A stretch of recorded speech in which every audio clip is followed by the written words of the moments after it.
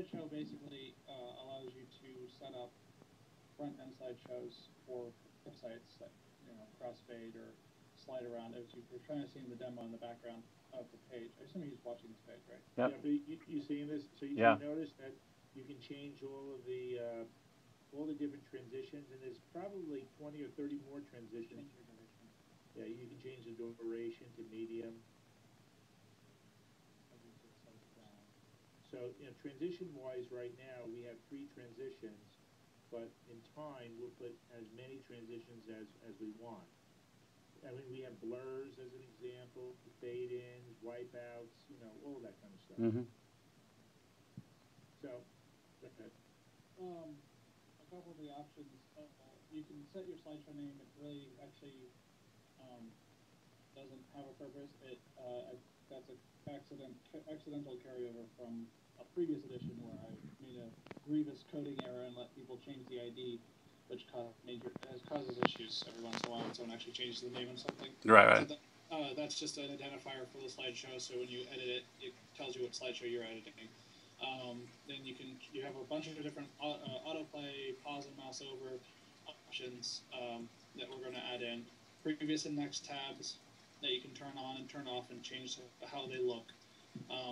And that's the style. And there's going to be a demo of that style. It just hasn't been set up. Mostly because I don't actually have that information from Creative. I need to ask for that. You can change your indicators, so you can change it from and their position, which it defaults to left, and even though it's not flagged, you can change the color. You can also change the design with or without numbers. Unfortunately, right now all we have are circles. Again, I managed to get done without Creative's help. There's going to be circles, squares. Turn the numbers on. Circles with numbers. Circle, numbers, circles with numbers. So you can see do you know what these are? These are the... yeah, it sits on the bottom, yeah. With it, so when you're setting up the rotator, right, you set up whatever the size is, you set up whatever the transition is. And remember, this is a widget. Right. So you can put this anywhere on your website by just clicking it. Right. Okay? Go ahead and add... Go ahead, you continue.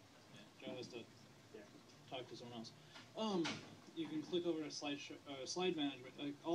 This whole tab here was just setting up the basics of the slideshow. Right.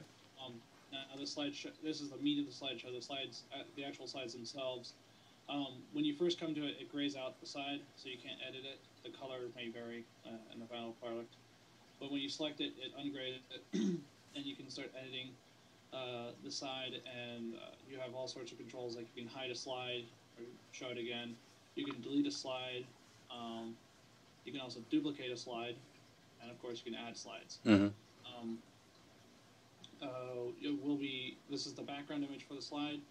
There will be a help feature. It's the icons are just not in place yet, or the help feature itself. You can change the name. It will eventually support, and there will be something in the front tab displaying the slide names on the front. At the moment, it doesn't, but that's a planned future thing. You can also set a hyperlink. So if you wanted to slide through products that on a shopping cart site, you can set up the product slides in here and then set the hyperlink to the product URL. Oh. And you can set the target of the hyperlink, which should be defaulting to current. For some reason, it's not. That will set whether the hyperlink is going to go to in the current window or in a blank window. Those are the only two options we have at the moment. You can change the time the slide is on the screen for in seconds, and the boxes needs to get styled. For some reason, it's missing the style. You can also decide whether you just want the image or you want slide HTML. As you can see on a new slide, it defaults to no, and as soon as you want to use an image. But you can. I have a couple of existing slides here that have yes here. Is that actually just sticky? No. Okay. Anyway, so finally, slide editor, and I'm sorry, Clay. I've been working in Chrome and I haven't done cross-browser support, so I'm sorry. No. So it comes up, and then cool, it's working. as you can see, it's doing the selection, but Oh, that's great. But you can change the size of the HTML region, and then if this slide had an image behind it, which I haven't fully hooked that up yet, unfortunately, I needed some of Randall's help integrating with the CMS, and he wasn't available to assist me, so I went on to other things. But you can pick the size of the HTML region inside of the slide. And then you move it. You can move the region or on the slider. Yeah, you can move the region, or you will be able to. At the moment, this box is the only. What I was doing delaying Joe is working on the upper corner box. As you can see, it kind of has a problem. Oh yeah. So, but anyway, you can close it once you're done. Yeah. And